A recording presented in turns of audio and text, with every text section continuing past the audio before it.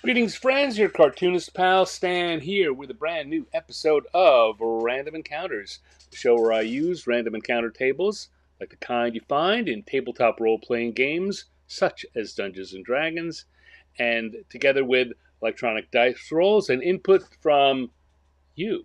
Anyone who happens to be hanging out in the live chat room, I use the tables and your input to create a randomized drawing prompt: a who, a character, a creature, a, a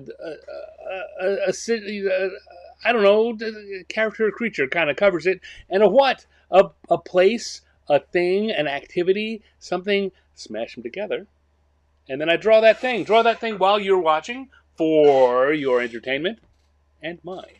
Because I do this because it's fun. I do it anyway. This is a creativity game that I've used for myself when I'm feeling like I just don't know what to draw, or I need kind of an inspiration, or I just need something that's not coming.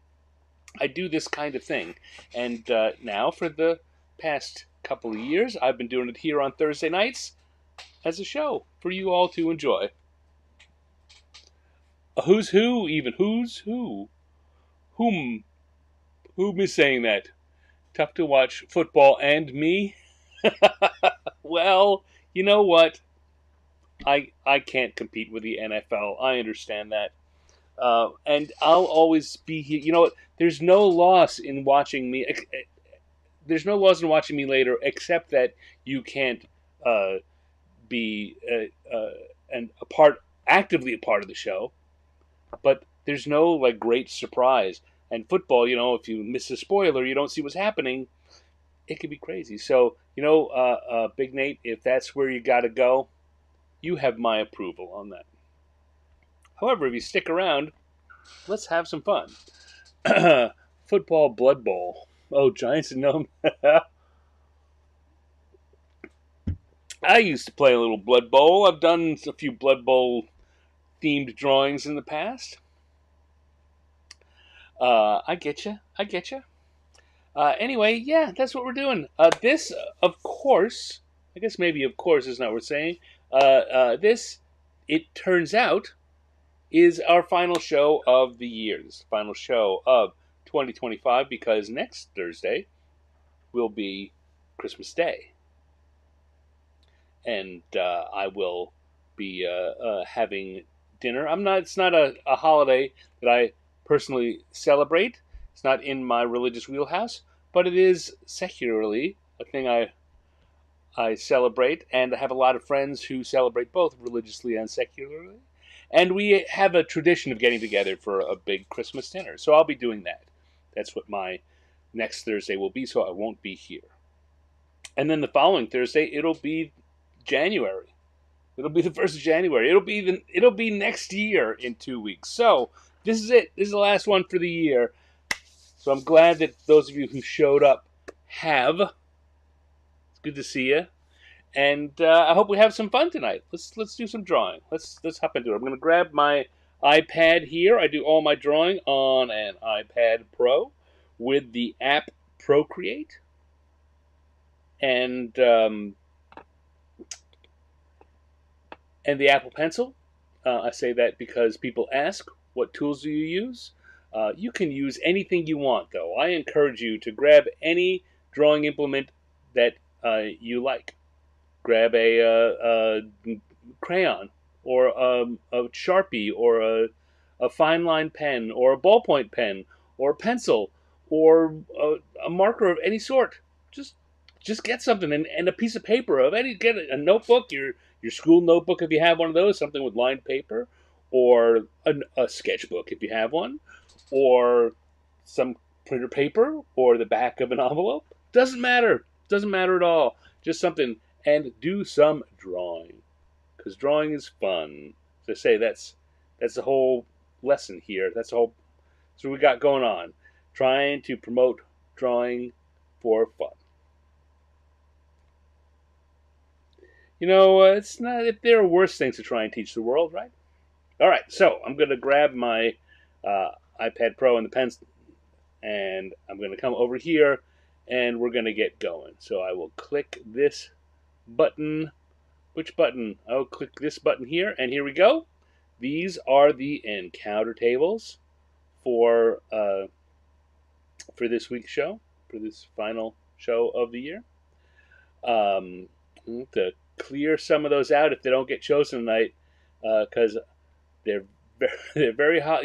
December themed. Once December's gone, I don't think we need a Street Santa as a possible what. But here we go. So I'm going to come over to the iPad and we're going to pull up the die roller and we're going to roll the dice. Roll them, roll them, roll them, roll them, roll them, roll them, roll them, roll them, and see what we get. We get a 7 and a 10, which gives us a Kua-toa bubble bath. If you guys are at home, you can roll your own D10s and get your own choices. You don't have to do the same thing I'm doing. So we're going to turn that off, turn on the blue, make sure we come back here, and our Kua-toa, pardon me, Kua-toa is an undersea creature. Most often when I do undersea creatures, I pick Sahuagin, which are very shark-like, kind of creature from the Black Lagoon-ish. Kua-toa are a little goofier. They're kind of the gnomes of the underwater world. They're smaller. They're more bulbous-eyed, very often. So I guess I'm going to come in here and zoom in. A rough Sahuagin would be, something like that. It's got big claws. And a rough Kua-toa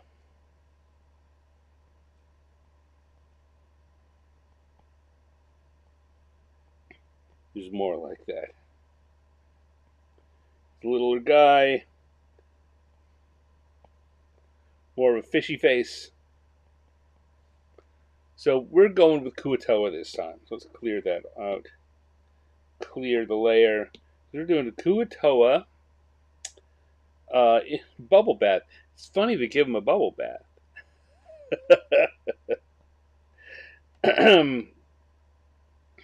And there's so many different ways to, like a Kua-toa bubble bath might be just standing in undersea next to some kind of pipe that's just blowing water, and bubbles underwater are air bubbles, not like bubble bath bubbles. But I think that I think we are going to go with the more standard bubble bath.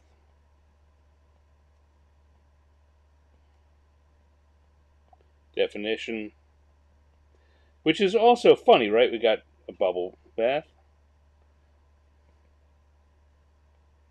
like that, and in there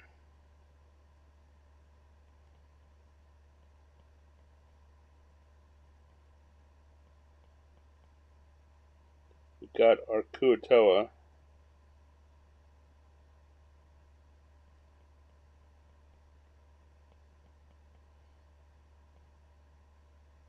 Maybe we'll have two of them in there since they're so small.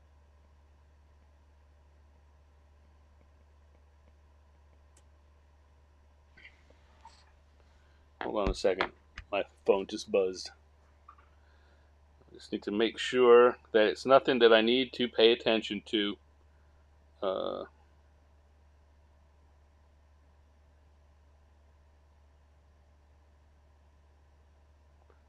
Nope, nope, nope, nope, nope.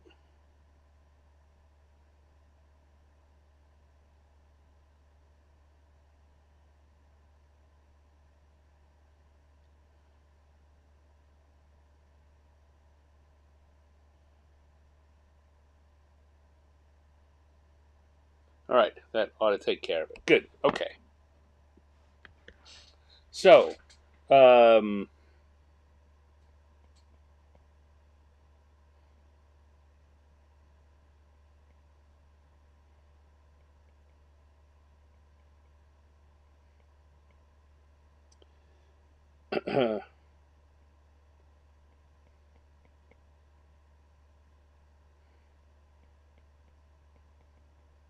Mm.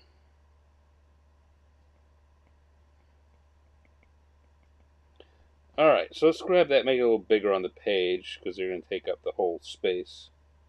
And we've got our Kua-toa in the bubble bath. One of them could have a rubber ducky. Maybe it's a rubber dragon.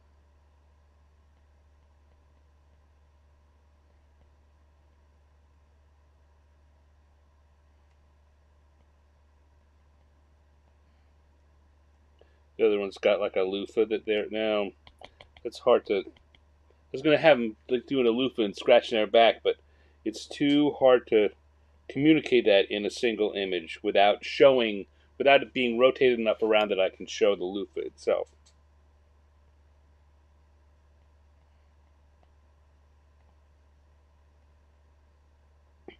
All right, let's just come here a little bit and solidify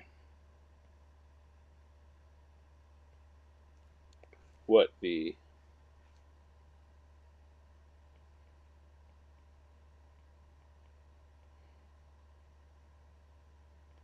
Kua-toa are gonna be like.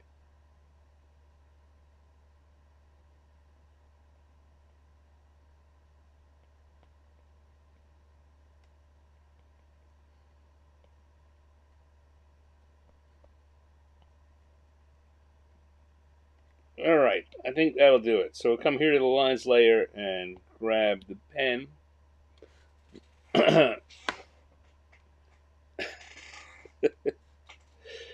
And let's start with the one in the front.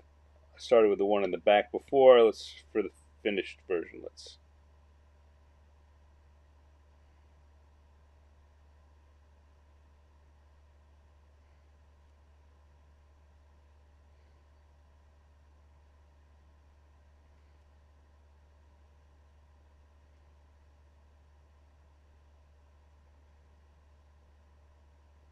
Start back here.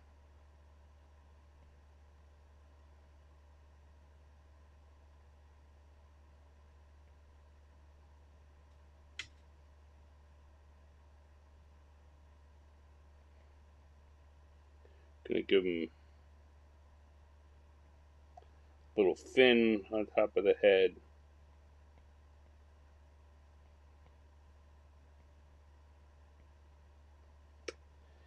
And let's see. I mean, you'd think I'd start with the tub, but that's so easy shape-wise. I want to give it the opportunity that I might think of something to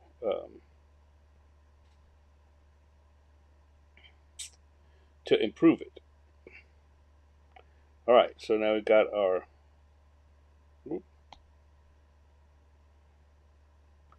rubber dragon.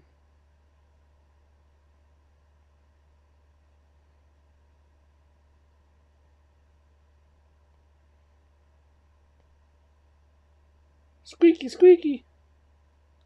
Rubber dragon, you're the one.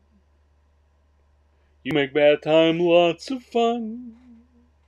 Rubber dragon, I'm awfully fond of you.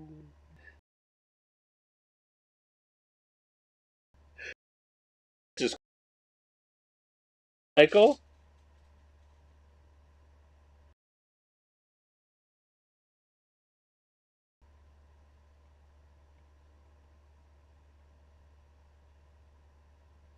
Who hurt you today?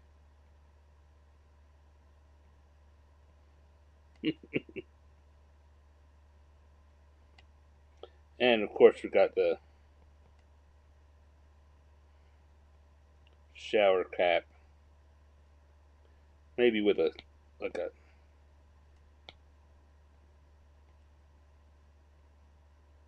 starfish on it.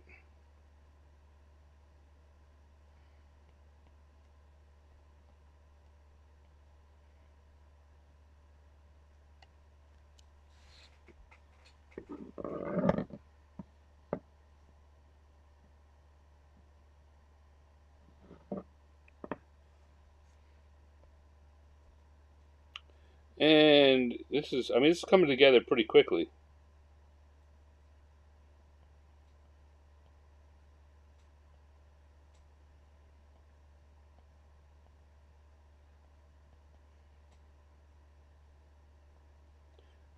Some ideas just do that. We've had our days where the drawings take a long time to figure out. Sometimes they just, okay, Kua-toa in a bubble bath.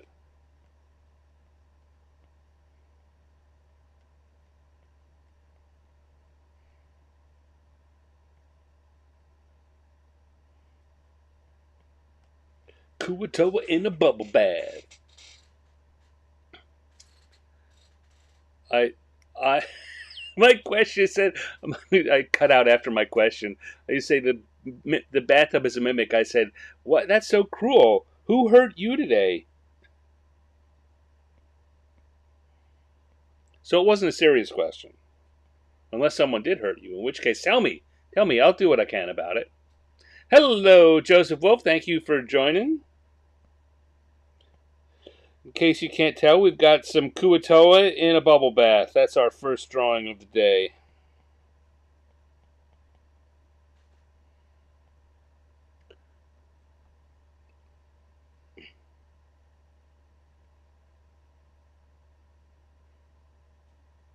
So we will come over here and go to our colors line, turn off the sketch lines, see where we need to firm up some of these lines, these finished lines.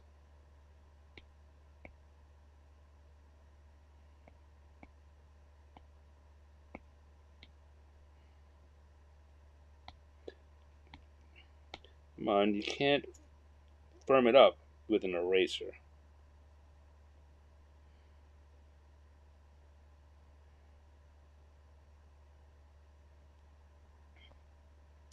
I'm not loving how the Kua-toa came out. I'm not hating it, but I'm not loving it. It looked very lizardy instead of fishy. But then I don't draw them very often, so unlike some of the other things, very often, like when I get the adventurers, right, I know those characters backwards and forwards. When I get a dragon, I've drawn so many dragons, I know them backwards and forwards. I've drawn a few Kua-toa in my day. I feel comfortable enough, but not, I don't have a real solid go-to Kua-toa design just kind of sitting in the old noggin. All right, so let's now go to the colors line and switch to the gloaming brush, and we're gonna get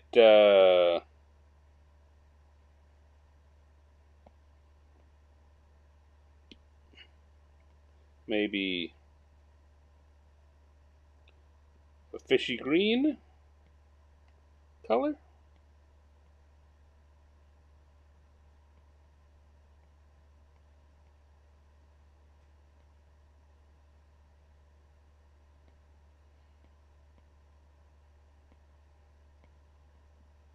Like that.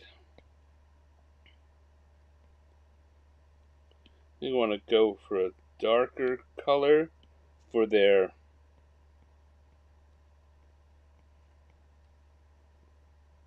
chin dangles. Chin dangle? Is that what they're called? That's what they're called now, the chin dangles. And their hands, their flipper hands. We'll go to a lighter version. Give them a kind of, oh, that's not lighter enough.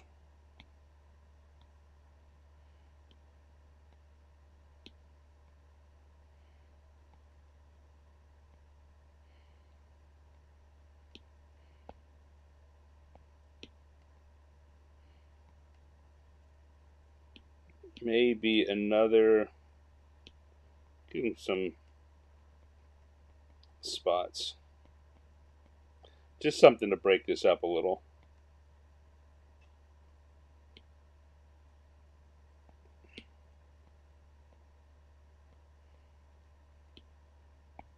And we've got our rubber dragon.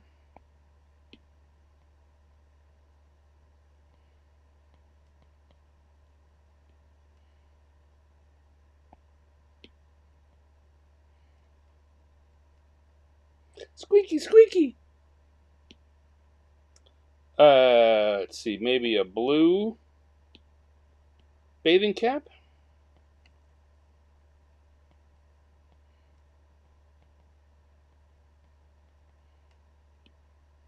With orange decorative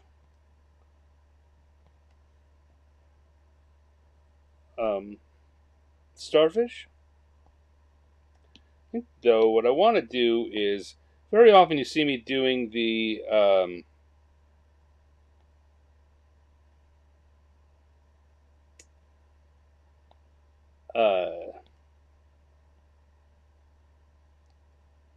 coloring of white with a blue or a gray, but I want this to look like soap bubbles, so I'm going to actually use pink as the highlight color. And that's now, hopefully, going to give our bubbles feeling of being soap bubbles.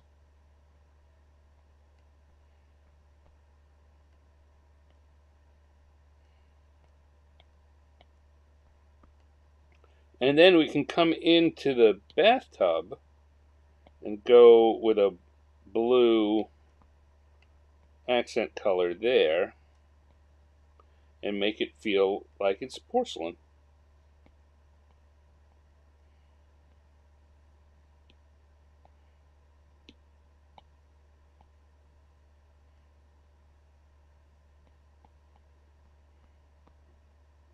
And again, like last night, I was showing off on the drawing last night, the white part of both the soap, the bubbles and the tub, they look like different colors, but in fact, we know it's just white. It's just plain white. All right, let me switch here to maybe the brown so I can, but like this and this look like different colors because of the accents around them.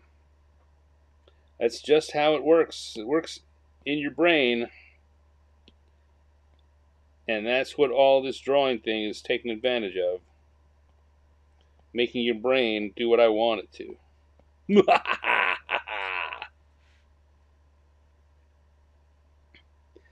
No, Big Night Lights Your Bathtub is a bathtub is a mimic. Oh well. You know what? I keep telling you, you guys can draw what you want. That's what you should be drawing. You should definitely be drawing that.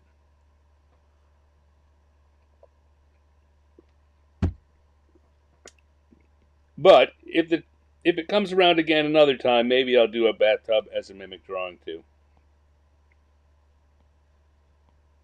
Put a little shadow under there to give it a sense of place. And what else do I need to do? It's looking pretty done. A little bit of highlights maybe because it's so simple. But also because it's so simple, it doesn't need a lot of highlights. Just a little.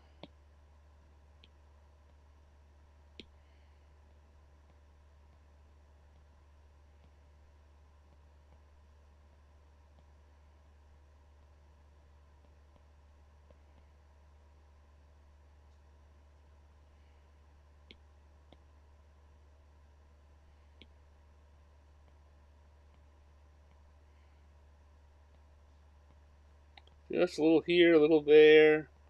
To give it a hint of a feeling of three-dimensionality. And then I think we're going to just call this done.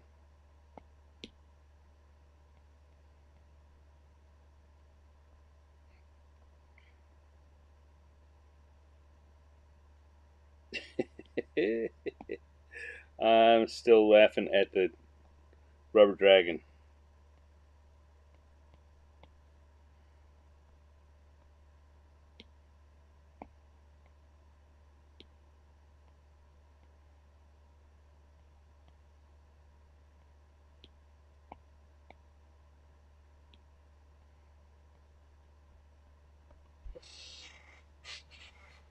Yeah, I think that's it. So I'm going to switch back to my inking brush and black color, and we're going to come over here, and we're going to stick a little stand in the corner, because we have completed our first drawing, Kua-toa having a bubble bath.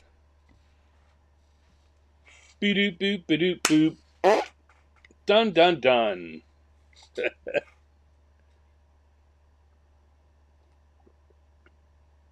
Yeah. Michael says, the thing is, it could be a mimic. That bathtub could be a mimic. It's just not a hungry mimic. We won't know. We won't know until it's hungry. So yeah, maybe we could say that. That bathtub is a mimic. But right now it's full.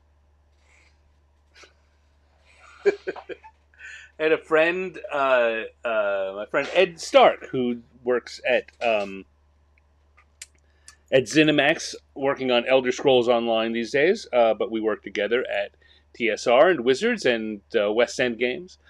He used to tell the story back in his first edition game, back when he was just learning, that he ran a game where he had the characters come up to a door that wouldn't open, and they couldn't figure out what it was, and one of them took a 10-foot pole and pushed it against it, and the 10-foot pole slid inside. A little space opened up for the 10-foot pole. So they said, "Oh, it must," and they pulled it out, and the 10-foot pole was fine. They said, "It must be a teleporting door."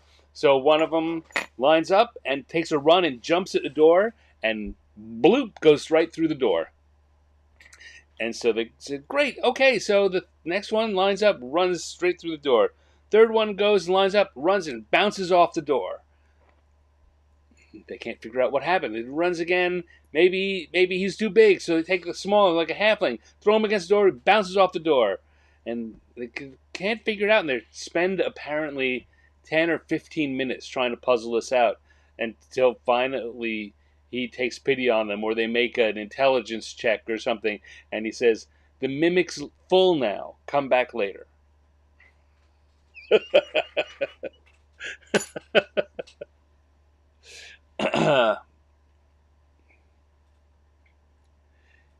I may have missed your caption quote above. Let's see. Caption quote.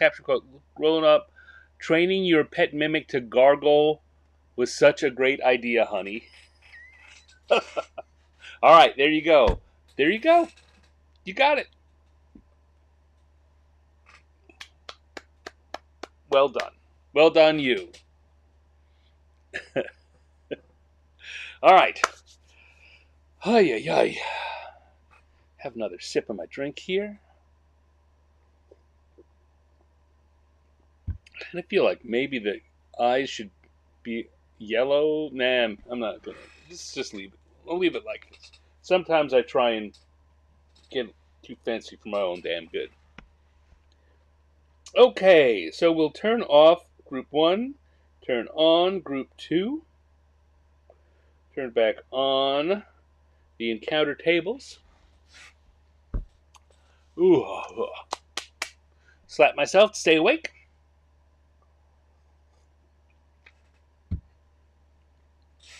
Have a little caffeine to help in that regard too. And we started with some Kua-toa in a bubble bath. Let's go to the dice and see what we get for our second drawing of the evening. So we come here and roll, and we got a 3 and a 3, which is a Pixie tree trimming. Okay. It seems a little spot on, really. But let's draw that. I mean, it doesn't hurt to do stuff that, excuse me, that isn't weird. I picked the name Random Encounters for this show, partly because of the randomness, in the literal randomness of the dice, but the other part being just the weird mix. You wouldn't expect to put A and B together. Now, Pixie is trimming a tree. I can think of a lot of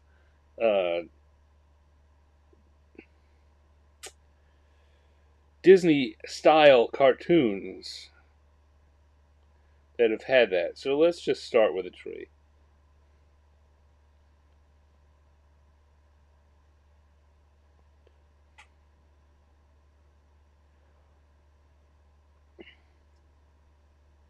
And we're going to have a garland. It's going to be flown around by a pixie.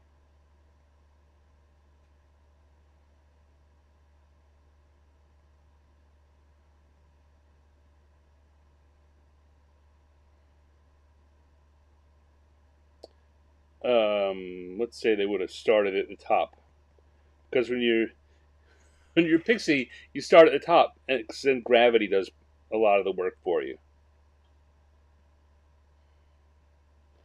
And okay, so let's zoom up a bit on this. So we got a pixie doing that, and we could have another pixie flying in with an ornament.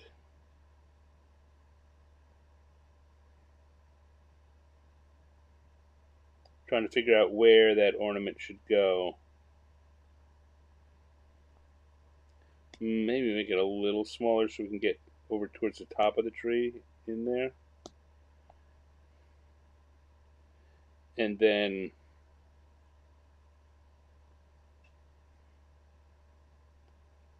we're going to have a star that's going up on the top. And one pixie.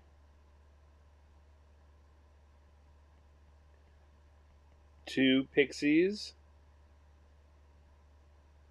Three pixies, all working to get this star up to the top.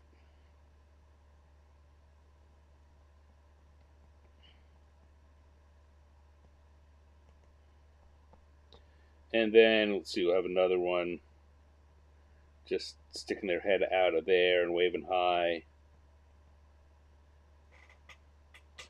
It's a lot going on, but they're very tiny creatures without a lot of detail on them.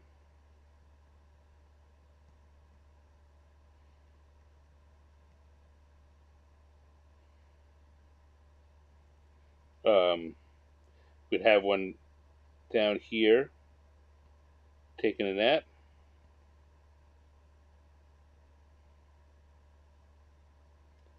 Feel a little weirder about that one, but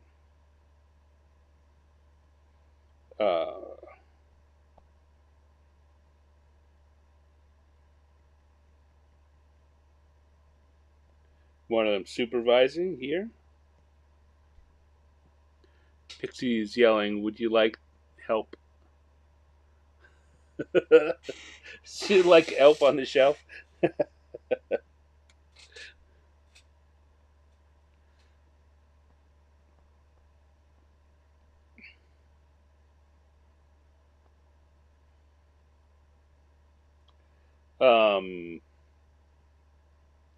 I'm not sure. I'm not sure. This, I mean, it seems like a fine little drawing. Let's just do that. I'm gonna try and take the tack tonight of not worrying too much, not pushing too hard. I'm gonna need to make the brush size smaller if I'm gonna draw these small creatures. So we'll do like I did before. Now you see what I did for the Christmas tree. I think anyone who's gone to grade school knows that the basic thing to do with Christmas tree is descending triangles like that. But if you just add a couple of extra branches each time, and then a couple that are in parallel, it helps. It helps sell the idea. I think a lot of people are afraid. I think one of the reasons people don't draw is they're afraid that someone else is going to look at it and say, "You still draw like you did in 3rd grade." And I say, so what? And if you haven't been practicing, think about any other skill you've got. If you hadn't practiced it since 3rd grade, you'd kind of expect to be doing it that way still, and that'd be okay. You'd know that once you started doing it again, you'd get better a lot quicker than you did in 3rd grade. All right.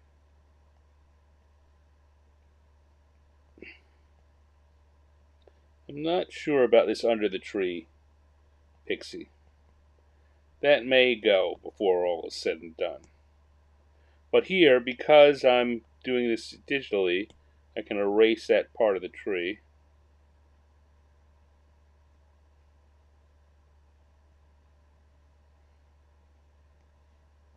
And put on the ribbon/garland. Coming down and around.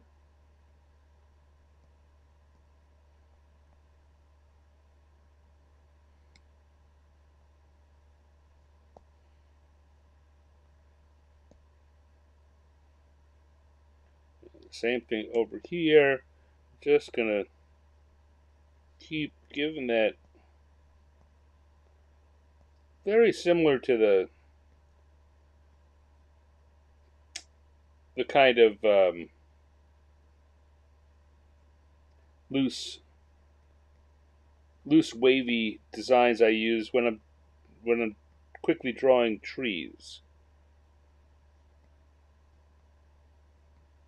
I mean, it's not how it really looks, but as we often say, we're not trying to get it 100% perfect. We're trying to make it look close enough so that when someone looks at it, their brain doesn't tell them no, and so they say, yeah, of course that's it.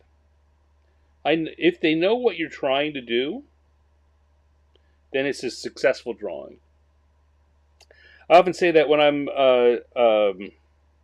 I've done little lessons and seminars and stuff like that over the years about being a beginning drawer, a beginning artist, and I always bring home the point that if you draw something and someone looks at it and can tell you correctly what it is you were intending to draw, then you have made a successful drawing.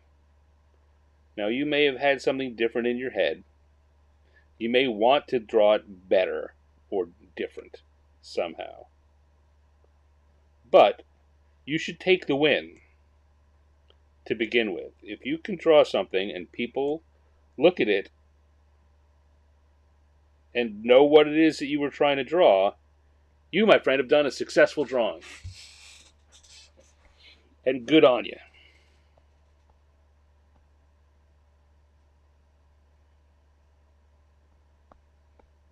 Okay.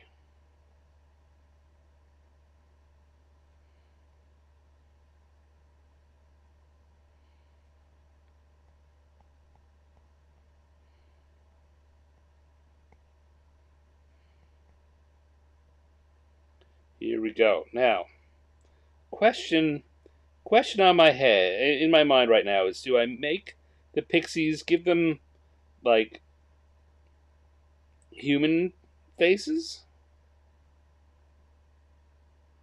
And if I do I give them hair? Do I give them antennae? What do you think? I could also, instead of that, give them kind of monstrous heads. I'm thinking human like this.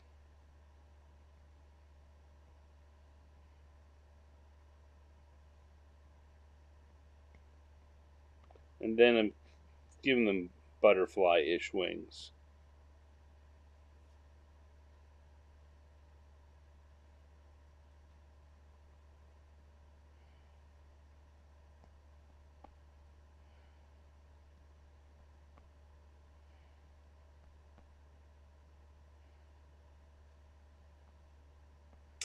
And then we've got a pixie here, big smiling pixie.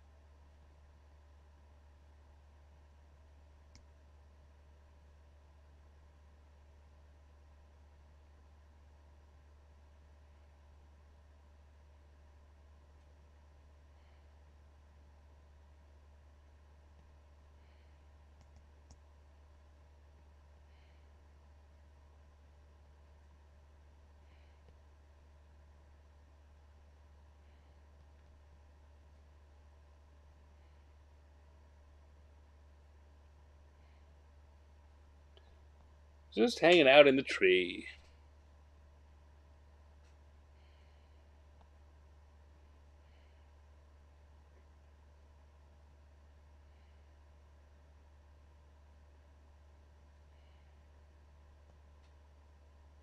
I know I had this one kind of thinking, but I think that they need both their hands to hold up the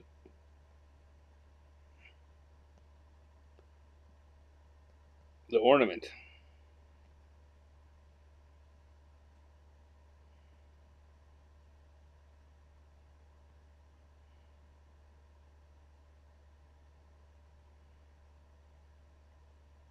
In fact, I'm going to give him a...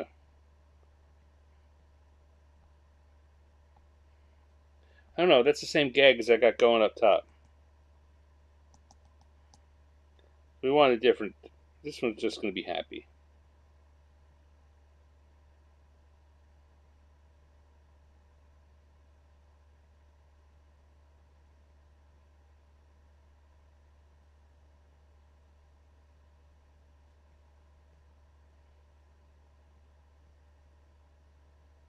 Hmm.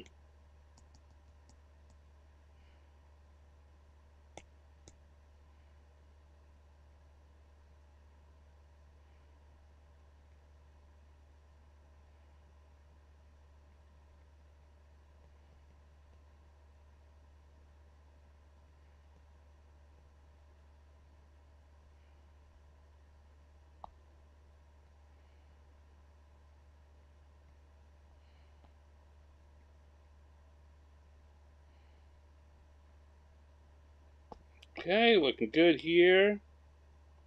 And here's the one that's just looking on. Not never. This is the pixie that's just never happy.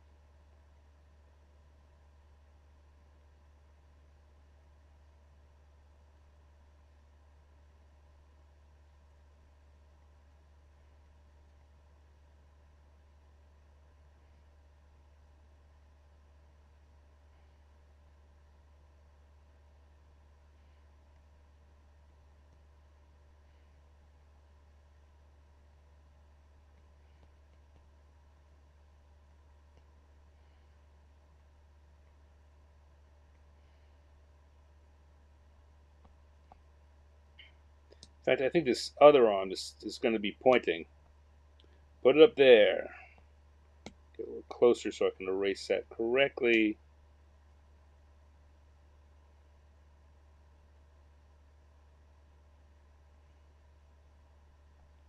There, that goes on top.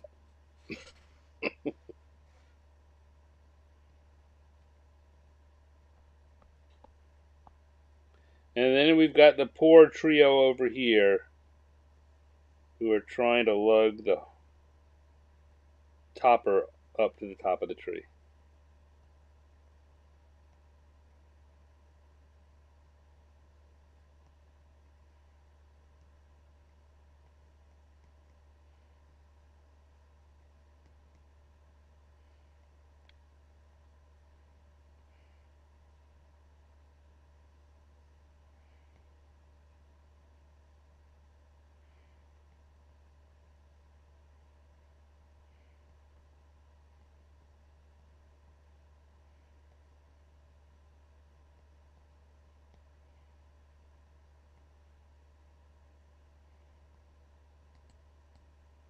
And for that, I again need to just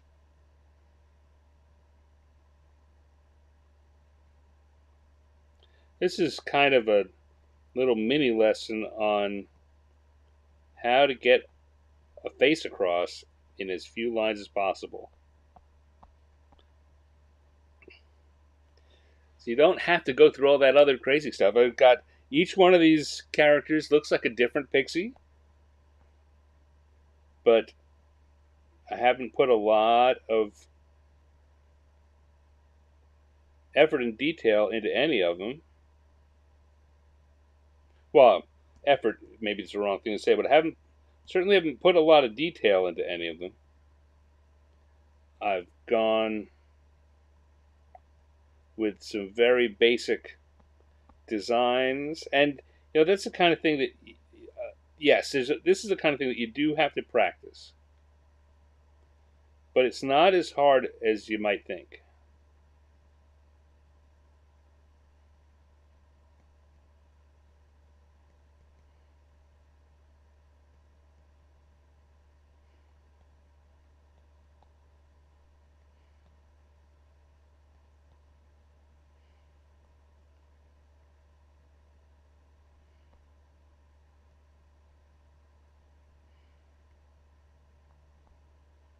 And if you just practice a little, this is the kind of thing I talk about. Just sit around with a piece of paper and doodle. Just practice it a little by little. Maybe we could do a bit of that. Um, Maybe I should set up a. I got a lot of maybes, don't I? I was about to say we could do it tonight, but that would take away from doing another drawing. And now I'm thinking, well, maybe I should just plan on doing this as a separate kind of event, just like a little drawing lesson, drawing practice lesson.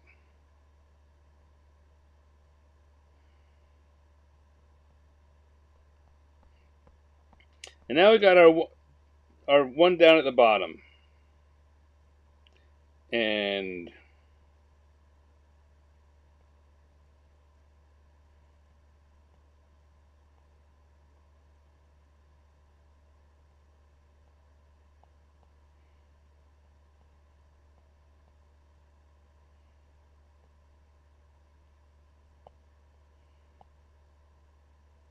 if we're going to put that down there, I think I'm going to do that. It's a little more unclear what's going on there, so I'm going to put the Z's next to that. And if I turn off the sketch layer, we can see that we have ourselves a little drawing of pixies trimming a tree.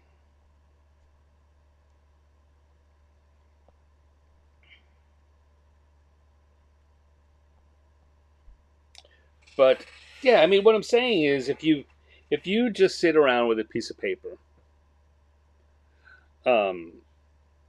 and right, a face is two eyes, some kind of nose, and a mouth. You could even leave the nose out, as I think I did on a couple of these, and then head shape and some kind of hair, and you've got a face. You can practice different expressions. Same character now, different expression.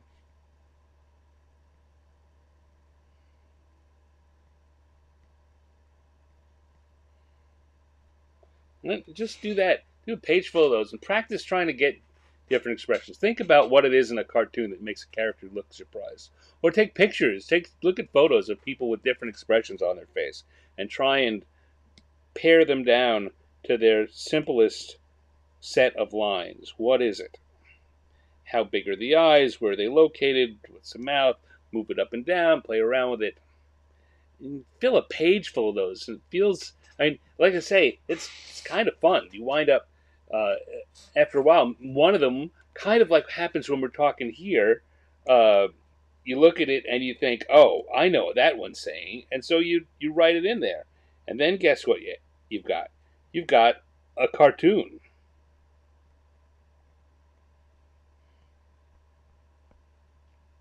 There we go.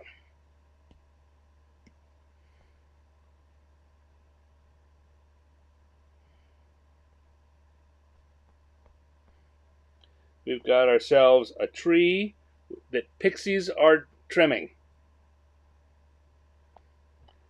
Put on just a few extra lines here and there. Looking for areas where there's just a lot of, so much blank, so much space without a line in it that it draws attention to itself. Again, so what I always say is, if it draws attention to itself in the wrong way, that's what you want to fix. If it's not drawing attention to itself and it's not distracting from the picture, then it's fine.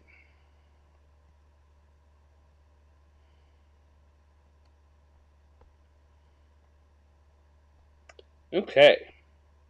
All right, so let's come and we'll go to the color layer. We're going to grab our gloaming brush. I'm going to come back and I'm going to start with the tree itself. I'm going to try to be careful about not making the colors too dark. Now, doing my shape within a shape. Remember, we had the triangles. I could draw each triangle like itself, but I'm breaking it down into these smaller pieces. Right? Each of the sides of the tree has its own side and a few extra bits. And this is creating the illusion that there's extra detail under there.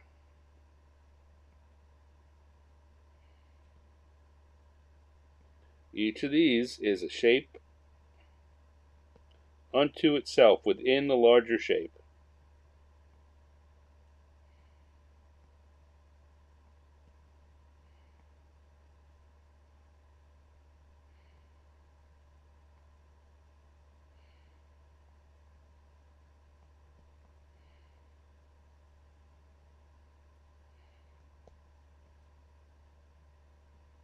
And by not making it one massive block of solid color, again, you're inviting your viewer's eye to see more there, to fill in the gaps. Why is there a blank space there? Oh, well, because that's a shape, and it's got shadow and form and depth, and there's something else around it. All right. So now we're going to go for, I don't know if all of the ornaments will be red. Maybe just for simplicity's sake.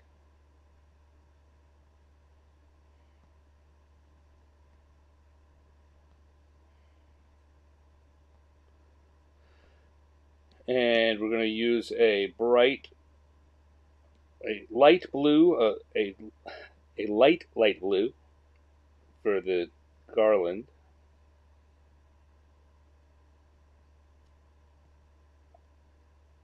And here I'm purposely using just one long string of color to emphasize the fact that it's one long string of garland. What else do I need? I need a little bit of gold for the star. I think I'm going to put a splash of that at the top of each ornament.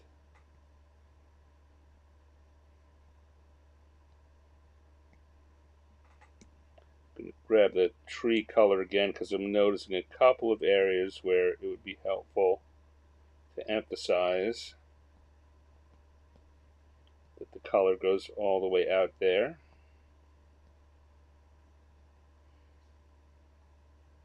All right, and then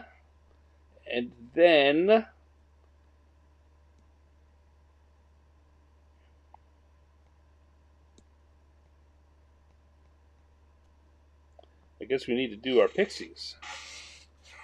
Huh? Huh?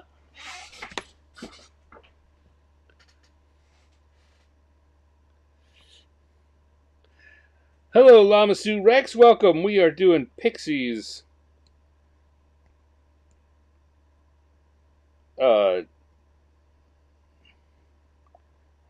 Here I find myself immediately giving them pink Caucasian skin, which I don't need to. I'm going to undo that. You know what? I'm going to give them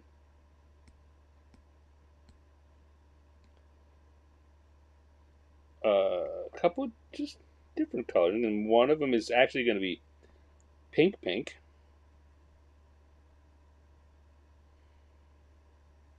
Maybe this one here. And one of them I'm going to make blue. And I want to make sure that I make the colors light. And then one of them will be green, a different green than the tree. 'Cause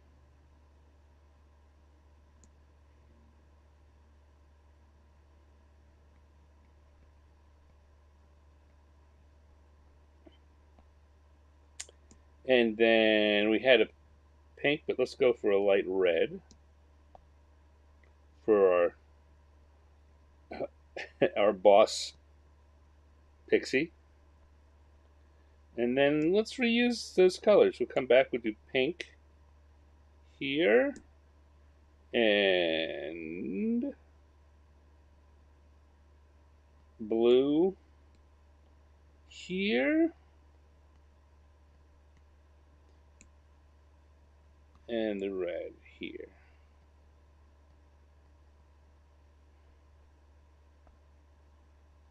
Now, here's the thing. Each of those needs a hair color, and I think I'm going to give them a darker version of the color they've already got.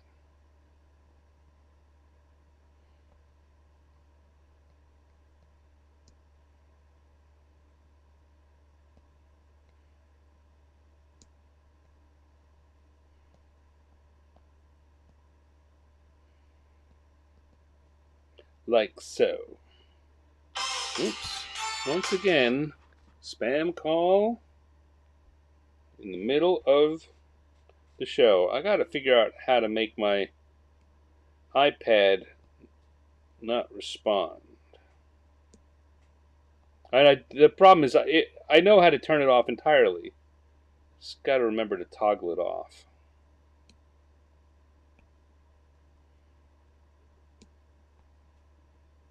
Because this is now, it's becoming clear that I'm on someone's list and they're trying to call me at this time, right? This is dinner time. This is top-notch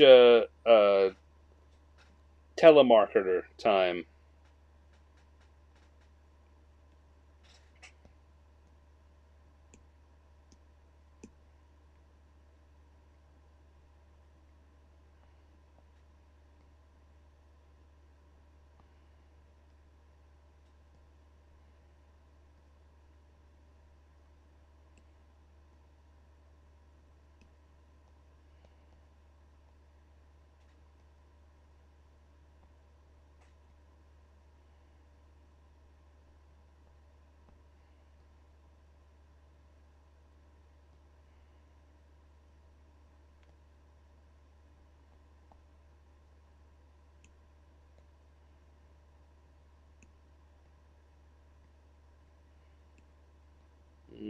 Not different enough. Not enough differences in those two colors. There we go. That's better.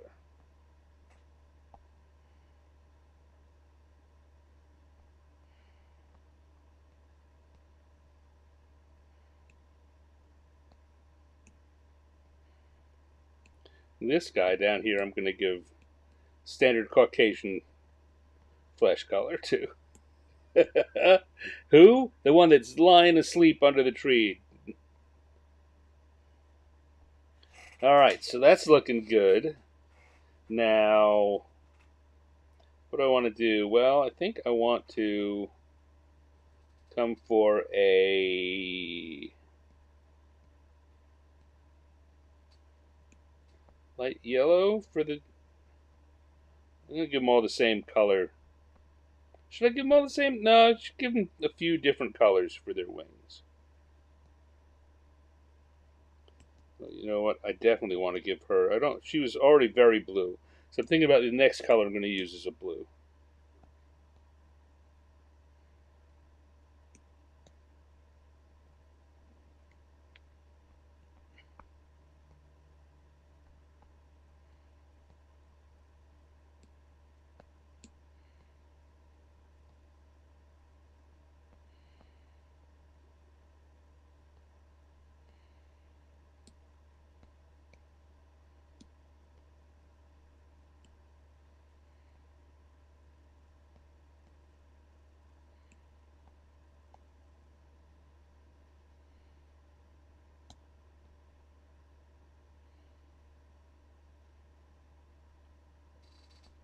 There we go. And then, let's see. Highlight spots on the yellow wings are going to be orange.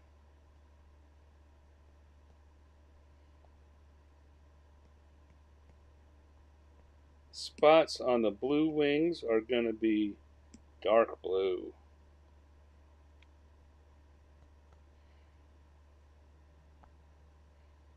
Like so.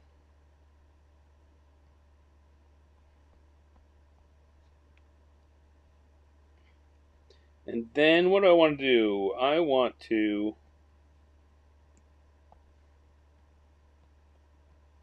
don't want to do a lot of shading on this, but if I do it on the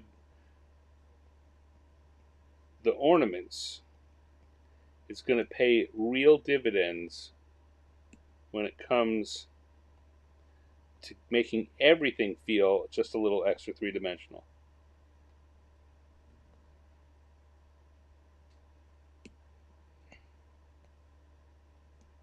Those ornaments and this one too.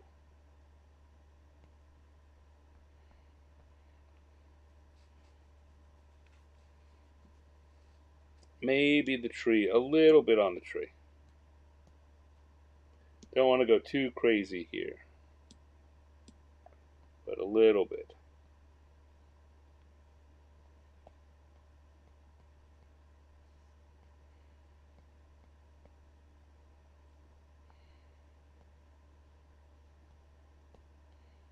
A little here, a little there. It all adds up.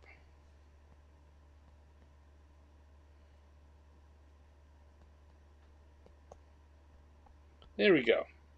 Now, if I come back to my inking brush, and I come down in the corner, I can say, whoop, that we have ourselves pixies trimming a tree. Boo-doot, boot, ba-doot, doot. The pixie in the tree is the best part. Not the one sleeping. Okay. Looking good, looking good, looking good.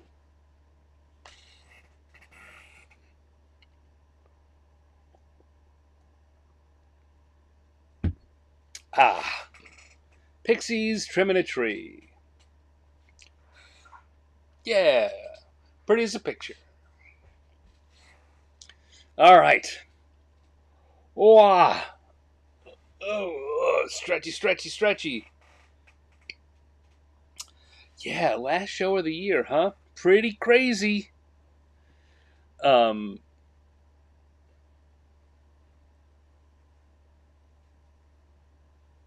just reading. Michael says, one thing I learned coloring the inks on the riverbank. Those of you who missed it, that I did a drawing for the riverbank RPG that they used as a coloring contest, and Michael participated and won a prize. Adding shading to the areas immediately adjacent to the inks, like the branches in the middle of the tree. Yes, yeah, that's where shadows will go. The lines indicate a hard edge in a drawing like this. If I put a line on it, it indicates a hard edge, and that's where shadows will be most noticeable, is on the other side of a hard edge. So, yeah, last show of the year. Huh. So that means coming up, this is going to be our last random drawing of 2025. That's a little intimidating. All right. Let me take a sip and we'll do it. Go back one more time. So turn off group 2, turn on group 3, turn back on the sketching, the encounter tables. We had pixies trimming a Christmas tree. We started with Kua-toa in a bubble bath, and now we're going to go back to the dice one last time for our final random drawing prompt of the year. I don't know why I stumbled over that. Our final random drawing prompt of 2025.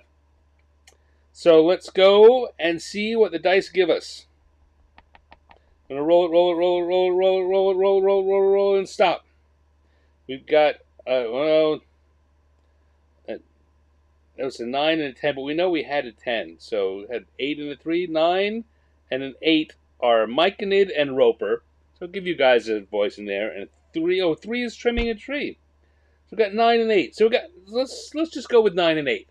because the dice wanted to give us a rerun either way. So we got Myconid or Roper, and first Snowflake or Crossing Guard. Or, you know what? Something you guys want. It's the last one of the year. What are you thinking? In the meanwhile, I'm going to look at Michael in chat. Says, what are my goals for 2026? What are my goals for 2026? Well, my first goal is to get through it safe and healthy. My second goal is to get through it financially solvent. I hope my goals in 2026 is to make more of my business based on drawing than I did the previous year, which is good. This has actually been a pretty good year for uh, making my business drawing. Um, my history is comes mostly out of writing, game design, and business management. I'm trying to stay away from business management for other people. Um, and while I love writing and drawing, writing and game design, uh, I would much rather. I'm much happier when I'm drawing. So my my big goal for 2026 is to keep increasing that. I'd love it to be to the point where that's what I do. Period. Um, would Myconids have holidays? I don't know. Why not? Everyone's got holidays. Yeah. So, I mean, that's kind of broad, big broad thing.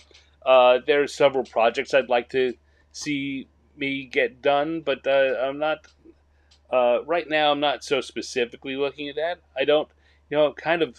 I have a lot of things that I put in the fire. I want to make sure I don't drop any of those. Um, so, yeah. All right, so Myconid seemed to be winning here. Roper preventing people from crossing by extending one of his tentacles. That seems like the Roper thing to do. Um,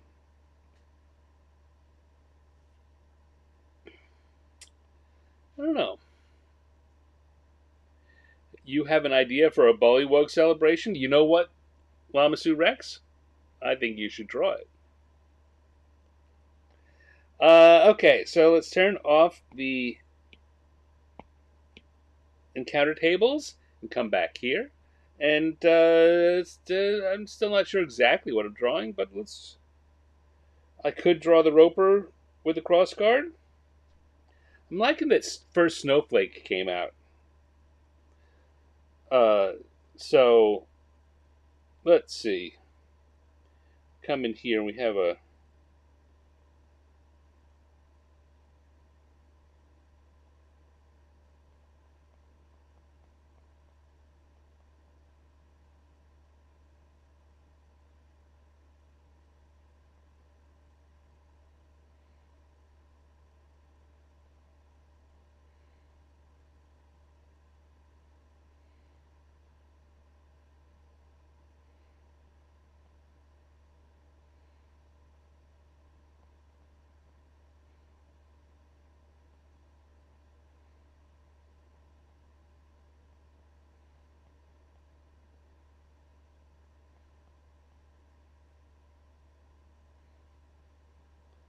Right now, it's looking a little too heavy.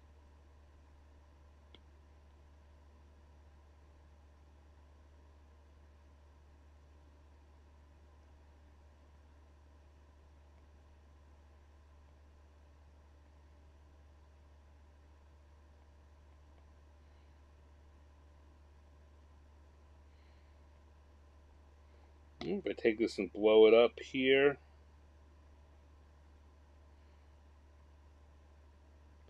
It's still looking, I don't know. Maybe I don't want to do that kind of detailed Snowflake and just make it be a little white dot snowflake. Maybe I'm trying to get a little too fancy for my own good.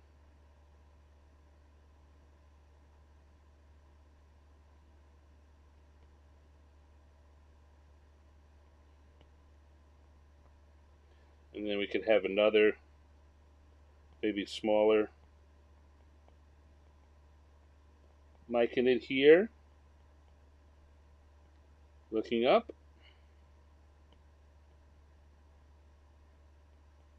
Also with her tongue out.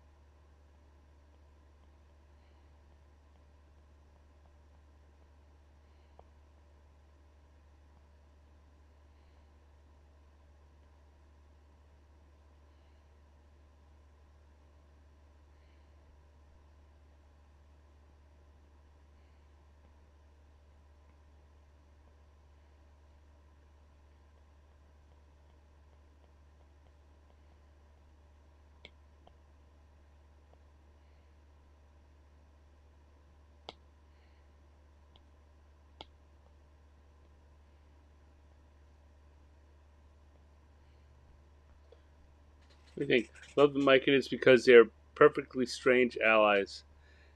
So I played in Chris Perkins's campaign from the beginning of. Well, it started as our our in-house playtest game for third edition D&D, but we kept playing it uh, into 3.5. uh, and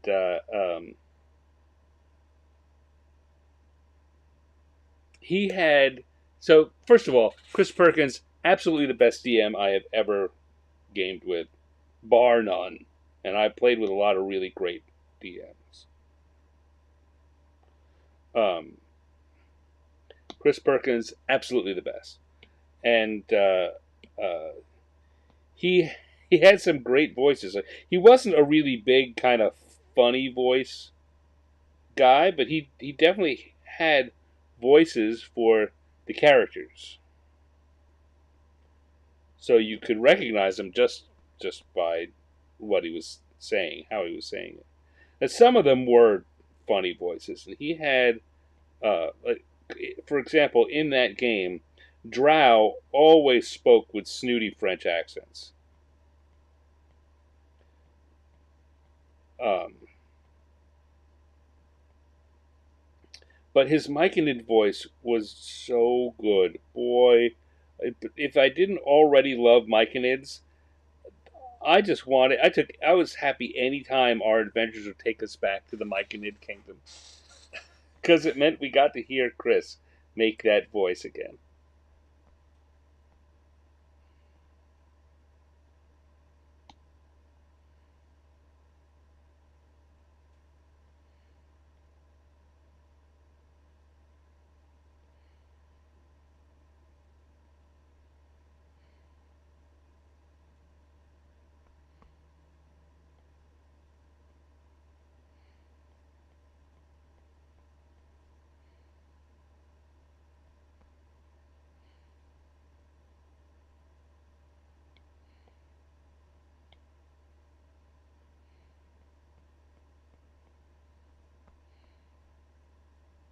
You know what? I've got him looking up. I think that if this guy's about to have the snowflake land on his tongue, he needs to be looking at the snowflake.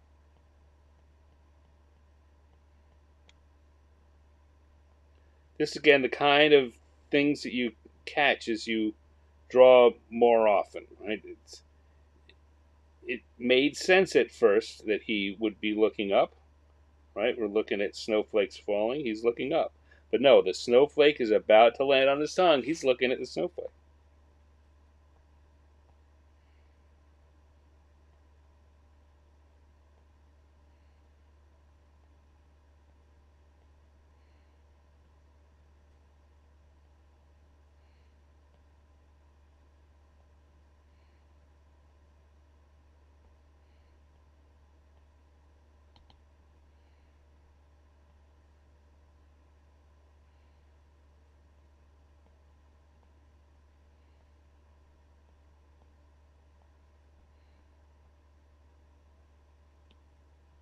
Ooh, that went bigger than I wanted. What? I thought I'd close it off. There we go. And this guy over here, very similar.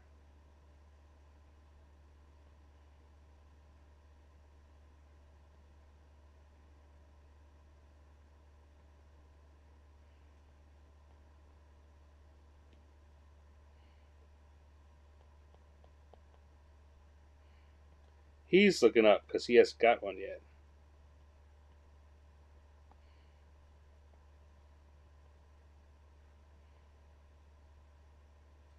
Those feet down there. That his right foot is not working. It's not selling that he's looking in the direction that he's supposed to be. So I'm gonna have to come back here and do that.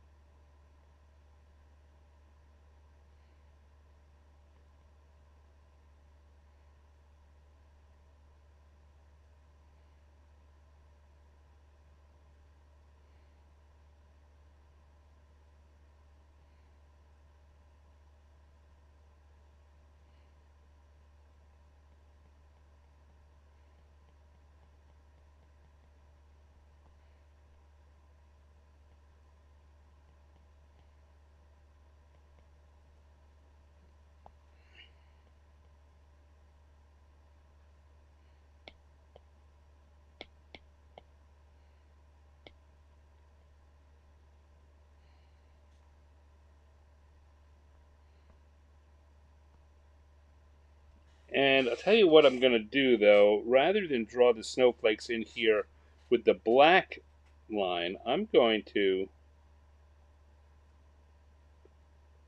draw them in with a blue line.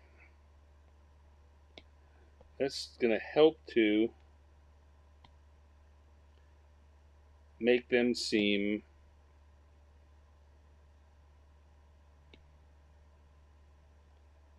snowy.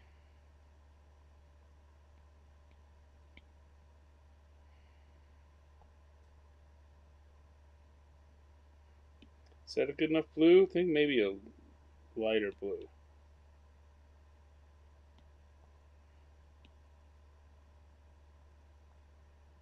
Yeah, there we go. That's the blue I want. And then I'm going to come here and I'm going to draw all the snowflakes with a line of that color blue. And it's going to come down.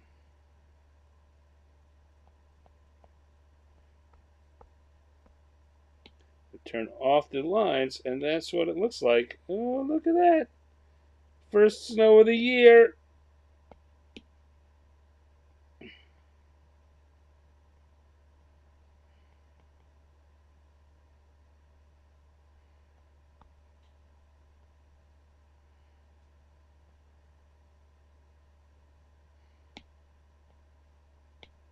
The Myconids are very excited. They don't see a lot of snow in the Myconid kingdom.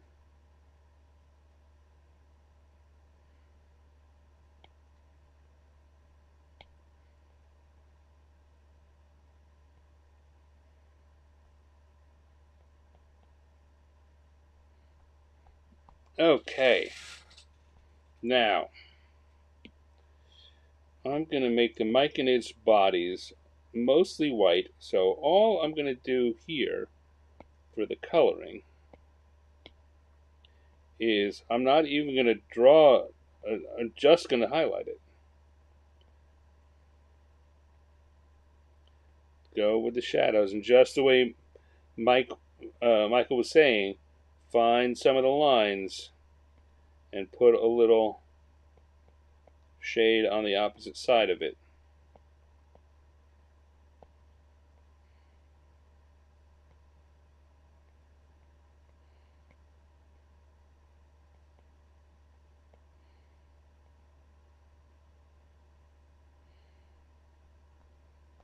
Same thing for this guy.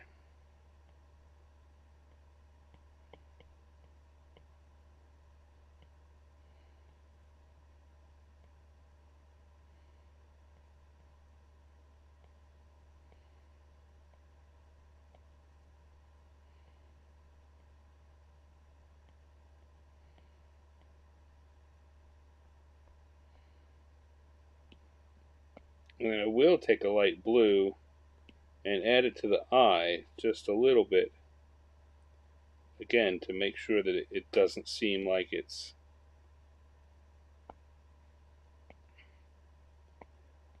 just flat white.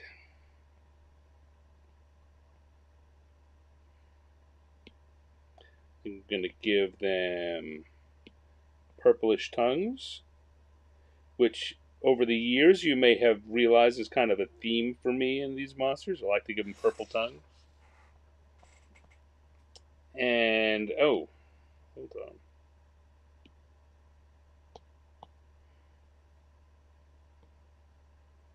There we go. Let's see. This mushroom cap is going to be brown. Kind of an enoki mushroom.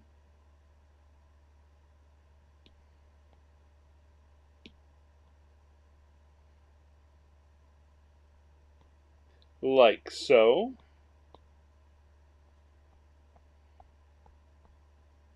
This one here is going to be a little more fanciful.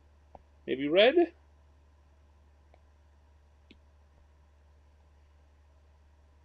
Here, I'm going to color the whole thing in and then go back for those. Either erase them or just color over them. I think I'm going to erase them. So much quicker. Again, this is a benefit of doing things digitally. I can just say, you know what, it's easier for me to color it over and erase it than to carefully color around it.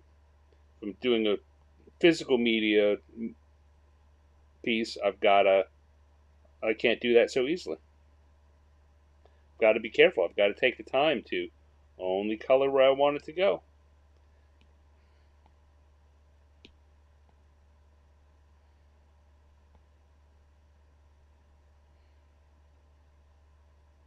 And then I think we're going to make these yellow, maybe a very bright yellow.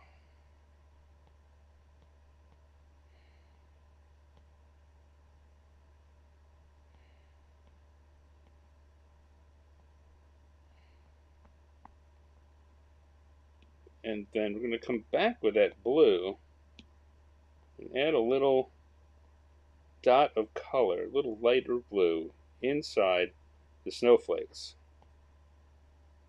Again, just to give them a hint that they are, fully formed three-dimensional items.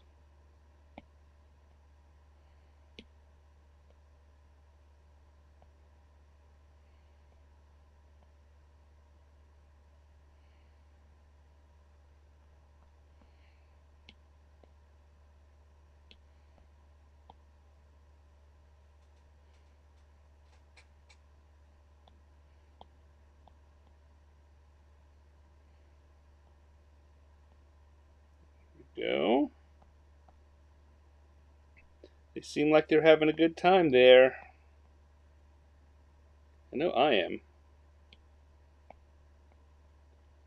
I like to think that my characters are having as much fun as I am.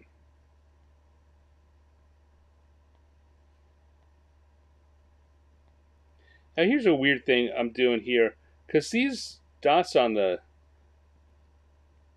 mushroom aren't actually raised of any kind, but it's just kind of helping, again, to add that sense of three-dimensionality. Weirdly, even though it literally isn't that. Again, if I were to show this to an art instructor or an art critic, they would point that out. But I think that most of the people just randomly looking at it wouldn't think about it that much. They would just let it have that effect for them.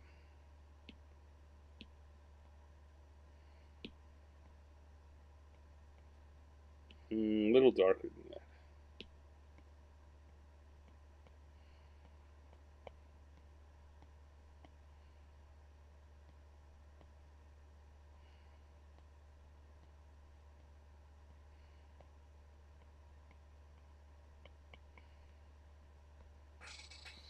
All right. There we go. Come back and grab my inking brush And we're going to come in here. We're going to put a little stand in the corner because we have rounded out 2025 with Myconids and the first Snowflake. Aww.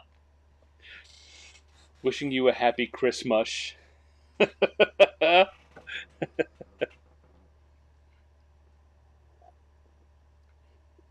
Michael says, if you look at snow as the god's dandruff, that's kind of gross.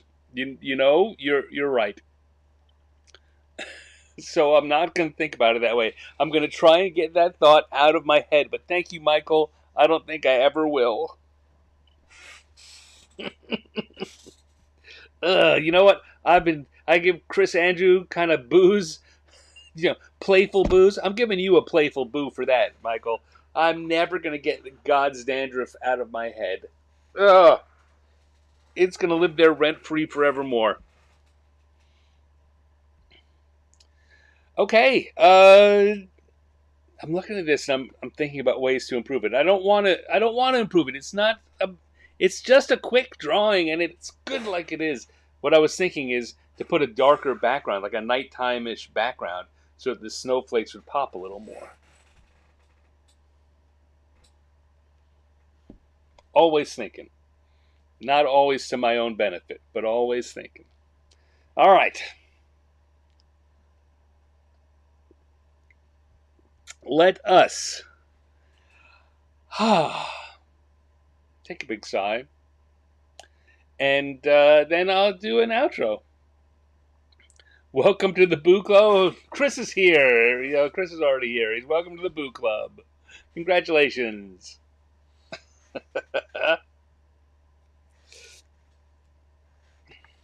All right.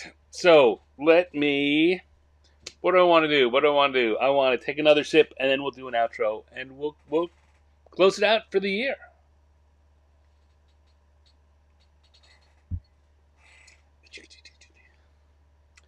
Myconids and the first Snowflake. Aww. That was our final random drawing for 2025. I think that's an adorable way to go out. Before that tonight, we had Pixies trimming the tree and Kua-toa in a bubble bath. Those were our drawings for tonight. And like I say, those are the drawings for 2025 in the bucket. So I want to say thank you to everyone who is watching this at all. If you're watching this either live or on replay, I very, very much appreciate you. I appreciate you taking the time to hang out with me. I appreciate your support of all sorts. I have a great time doing this. I wouldn't, but if no one showed up, I don't know that I'd keep showing up. I'd still be doing drawings, but I wouldn't be showing up doing this, and I'm having a lot of fun doing it. So thank you. Thank you very much. Thank you. I'm going to say thank you in particular to Chris Andrew and Michael in chat for being my most reliable attendees in all my shows and my very big supporters. I sometimes give them a little crap. I gave Michael a little crap earlier. I give Chris crap all the time. I try to make sure they know I do it with love. But I also now want to take this opportunity to absolutely say thank you, guys. I appreciate you being here. You've always got great ideas. You've got great enthusiasm. You help to spread the word when something's going on. I wouldn't be here like this without you. Thank you very much. Yeah, we're closing it out. Thank you all if you've been here at all. You get it. You get the thank you in the heart. What do I want to say? I should have planned this, right? I probably should have planned this out. I knew it was coming. I will be taking the next couple of weeks off because, as I said at the beginning of the show, next Thursday is going to be Christmas Day, and I won't be actually Christmasing. I'll be having dinner with friends of mine. We have a big gathering. That'll be fun. And then the following Thursday, it'll be January already. I'll tell you what, I might be here on the 1st. I might be here in 2 weeks on January 1st. It depends on how well, it depends on how my New Year's Eve goes and how with it I'm feeling on that day. So keep an eye on things, and follow me on Facebook or Instagram or Blue Sky. All of those, I'm at Stannex, Stannex. But you also may want to just join my Patreon. There's a free level in Patreon. A lot of people don't know that. You can go and become a follower of me. The free benefits are relatively small, but you get updates from me on what's going on. You definitely will get updates whenever I'm going to do a live stream. That's a great way to know it. I make sure I post to Patreon when those things are going on. So, and if you have the means, I always appreciate anyone who cares enough to become a paying member of my community. And there are other little rewards that come in there. But for now, I'm just saying sign up for free. What else? I can't think of anything except to say happy holidays all.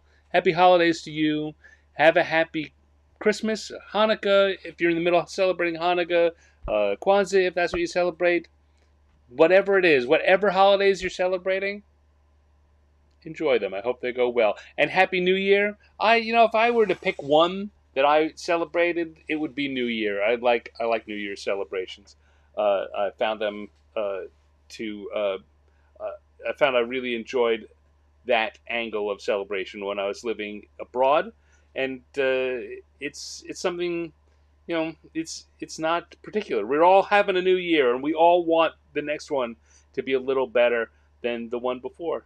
No matter how good this one is, we kind of hope the next one's a little better. So I wish you all a good rest of your happy holiday season.